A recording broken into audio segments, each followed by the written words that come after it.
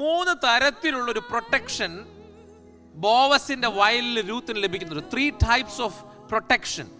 Divine protection in the field of Boaz.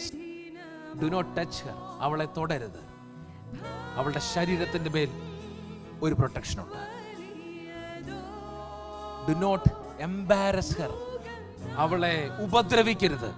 അവളുടെ മനസ്സിനെ തൊടാൻ പിശാചിനോ ഒരു ദുഷ്ടശക്തികൾക്കോ അധികാരമില്ല. Do not condemn her. അവളുടെ ആത്മീയതയെ ചൂഷണം ചെയ്യാൻ, അവളെ പിന്മാറ്റത്തിലേക്ക് കൊണ്ടുപോകാൻ ആർക്കും അധികാരമില്ല. അത് മനുഷ്യനും അധികാരമില്ല, പിശാചിനും അധികാരമില്ല. Because there is a higher order. എന്റെ സൗഖ്യത്തിന് വേണ്ടി ദൈവത്തിന്റെ ഒരു വലിയ ഓർഡർ ഉണ്ട്. എന്റെ മാനസിക ആരോഗ്യത്തിന് മുകളിൽ ദൈവത്തിന്റെ വലിയൊരു കൽപ്പനയുണ്ട്. എന്റെ ആത്മീക വളർച്ചയ്ക്ക് വേണ്ടി ദൈവത്തിന്റെ ഒരു ഹയർ ഓർഡർ ഉണ്ട്. അത് ഓരോരുത്തരിലും സംഭവിക്കുന്നത് ഞാൻ പൂർണ്ണമായിട്ട് വിശ്വസിക്കുകയാണ്. ദൈവസഭ ഒരുമിച്ച് മുന്നേറും. ദൈവസഭ ഒരുമിച്ച് മുന്നേറും.